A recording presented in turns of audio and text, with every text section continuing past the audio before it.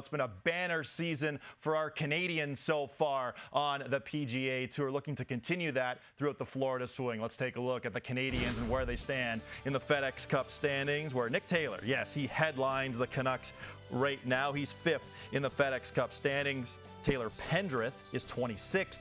Corey Connors is 32nd, followed by Hadwin, Silverman, Hughes, and Adam Svensson. All right, Bob Weeks now joins us. And Weeks, we got to start with Nick Taylor because, of course, last year he wins the WM Phoenix Open. The rest of his season, well, it was sort of MIA. This time around, wins the Sony Open back in January. And since then, he has a T9, a T12. So how great is it in your mind that he's been so consistent after winning, which he couldn't do last year? I think it's great. It just goes to show you how much the mental game plays. He has talked about this time and time again, how he puts so much pressure on himself to try and get a spot on that President's Cup team. That was the big pot of gold at the end of the rainbow for all the Canadian players, and especially Nick Taylor. Coming off that win in Phoenix, he thought, oh yeah, this should be fairly easy to slide in there. You know, he did do well to make the Olympic team. He got on that, which was one of his goals as well, but he just said that mentally he was not there. Refreshed, sort of met with his team in the offseason, decided, let's come back, let's not think too hard, let's not put ourselves mentally in too tough a position. Use your game, use all the assets of it, and his game is well-rounded. That's the best part about Nick Taylor. He's great off the tee now, onto the greens, putting, everything seems to be working, and he just seems so much more relaxed. And when he's relaxed, man, does he play some good golf. Yeah, certainly look out for Nick Taylor. Much better numbers on approach play as well, too. How about Corey Connors, Bob? Just one top 10 on the season so far. Historically, yes, he has struggled on the West Coast. Do you expect Connors to heat up during the Florida swing? Oh, yeah. I think he loves Florida. I think that's where the kind of golf courses, the kind of grasses that he's used to playing growing up in Ontario, you know, the West Coast has never been his favorite friend. He's admitted that. He plays there because obviously, I mean, 3 signature events and 7 of them over there, so you got to play.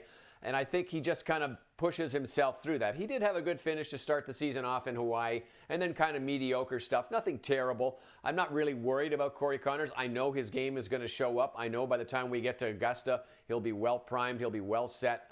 He'll have an A-list game and ready to play out there. So there's nothing that worries me about what we've seen from Corey Connors so far. He's just making his way, and I think he's pretty happy now that they've touched down in Florida. How about Taylor Pendrith? He's coming off a life-changing season on the PGA Tour, and that's carried over this season so far. Already 2 top 10s. What are your expectations for Pendy during the Florida swing? I honestly think Taylor Pendrith could end up being the top Canadian by the end of this year. He has played very consistently, very well. Again, he has got this perfect match of tools in his bag. He is great off the tee. He's one of the longest hitters on the PGA Tour, but he is also very, very good on the greens. He's one of the best putters on the PGA Tour, inside the top 10 in strokes gained putting last year. So far, the putter has not been quite as hot as he would like it to be so far, but again, an Ontario guy. He's going to love those courses down in Florida, which are a little bit more like what he's used to playing.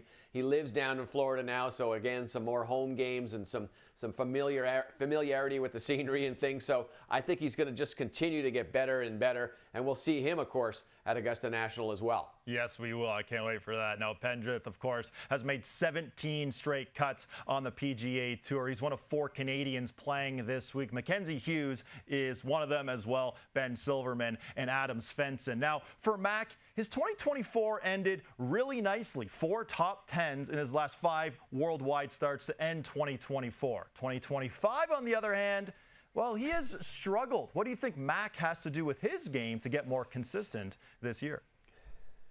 I hate to keep saying this and singing from the same songbook, but I'm not worried about Mac Hughes right now, even though his numbers are not that great. 160th strokes gained total, 149th putting.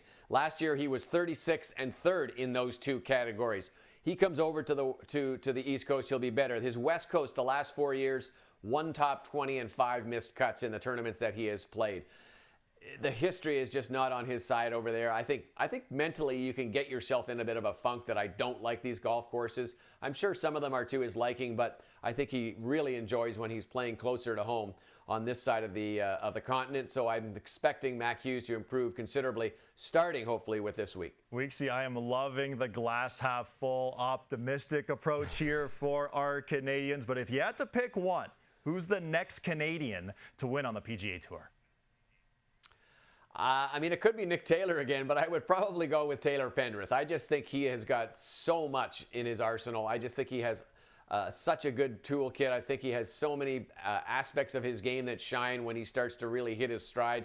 That long drive and that soft putter, those combine pretty well. So I wouldn't be surprised if he's the next one to get a win. Now, Pendrith, one of 4 Canadians in the field this week at the Cognizant Classic.